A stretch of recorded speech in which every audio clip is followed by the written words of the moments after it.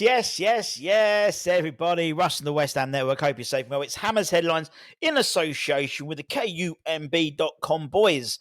At lunchtime today, it was the Russ Humour Roundup. There's just over a week until the transfer window slams shut. And I always ask that question, why is it a window, not a door? And can you slam a window shut? Leave your comments. Let me know. And we spoke about a few players, a few forwards. Evan Gisand. We spoke about Brian Robbie. He's not the Messiah. He's just a naughty boy. Evan Ferguson. And various others as well. So go back and check that out. But Hammers Headlines, we're going to concentrate on loans. We're going to concentrate on a couple of transfer deals as well, potentials. But we'll get to that as and when. So let's start and talk about Benny. Saeed Benrahma, the blast from the past, that is our man from Algeria. Now, according to reports, he is set to move to the Saudi Arabian second division. They are close to according to Foot Mercato, the 29-year-old representatives are close to securing an agreement over a January transfer window. His move to Saudi Arabia will result in a transfer windfall for the Hammers. He's the gift that keeps on giving.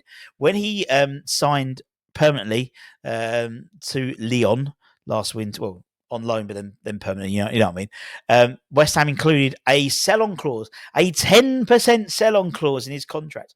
So now we will benefit from that. West Ham, obviously, we need to improve our squad. So the moving of Saeed Benrahma from League R to, in essence, the championship in Saudi Arabia could benefit us.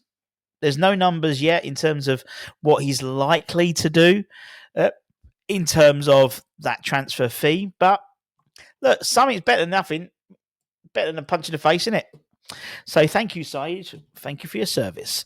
Now, a player whose rumours won't go away is Ben Chilwell. And according to the Daily Mail today, it says West Ham are keen to bring him to the London Stadium before the January transfer window slams shut.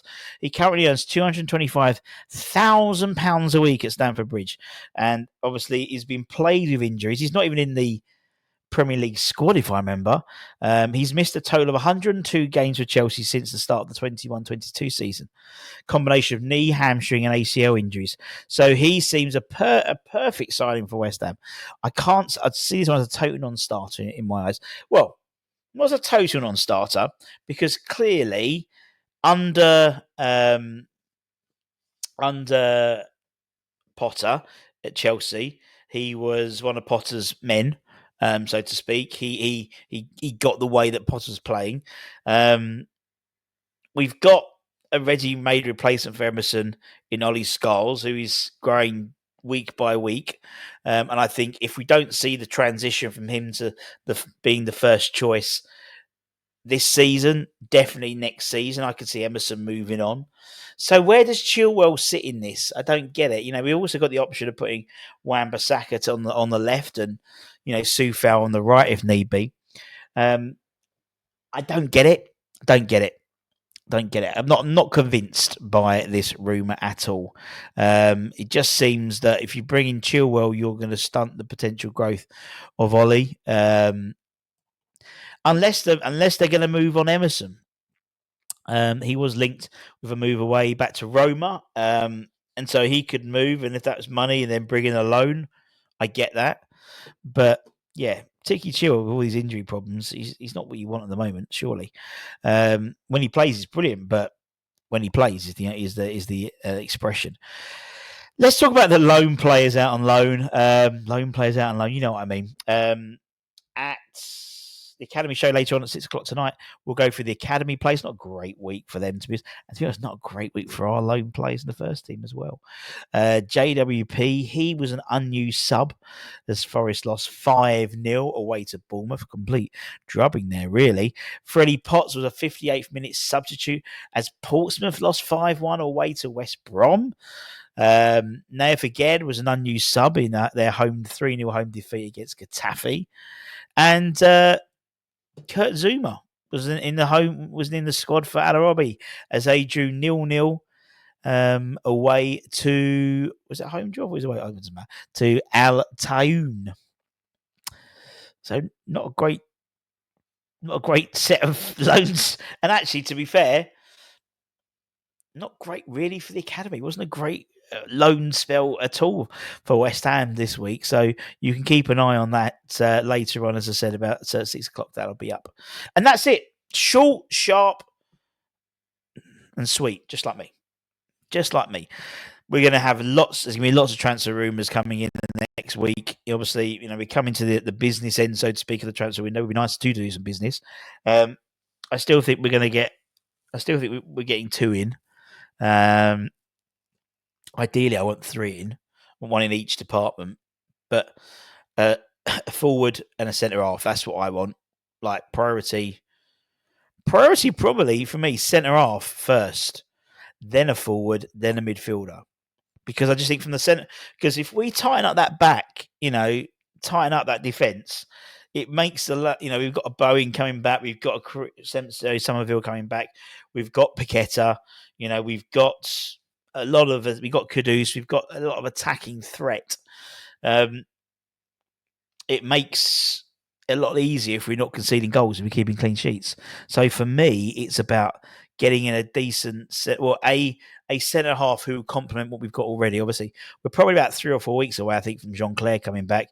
Now, Panos will be back in the side for the Chelsea game. Does that mean Cresswell keeps his place on the left-hand side? I'd love, if we had a break clause for Aged, I would have activated that, but we didn't. Just shows you. Because he'd have been perfect, absolutely perfect for this Potter sort of way of playing, this centre half way of playing. Obviously, we've seen the transition. Clearly, Areola is going to be his guy, and I think that was always going to be the case, just because of how well he plays with the ball at his feet. And that's what Potter. You saw it yesterday. But as part of the Potter setup, he likes his goalkeeper almost to play as a centre half when the ball's in attack, and that's what he was doing a lot of the game yesterday. And you can see him talking to him during sort of breaks, sort of trying to get his point across. And we've seen some really interesting interviews. I think Edson Alvarez did a really interesting interview about Potter, saying he's got lots of really good ideas, and it's just every day there's new thoughts, new ideas coming through. And we've seen the emergence of Lucas Paqueta, the re-emergence. I'm going to do some stats about that probably for tomorrow's morning show, going into a bit more detail in terms of, what we've seen in the last few games from Lucas Paqueta, because we've seen a completely different player than we did for the first 6 months this season. And that's it, my friends. So take care, stay safe, stay warm. Don't forget, with everything that's going on with the transfer window, check out knees@motherbrand.com for the latest news, reviews, and opiniones. And until next time, take care, stay safe, stay warm, stay humble, keep the faith. And there's another storm coming. Storm Meredith or something like that? Miriam or something, I don't know. So yeah, batten down. We've got another storm on its way. Much love. Bye-bye.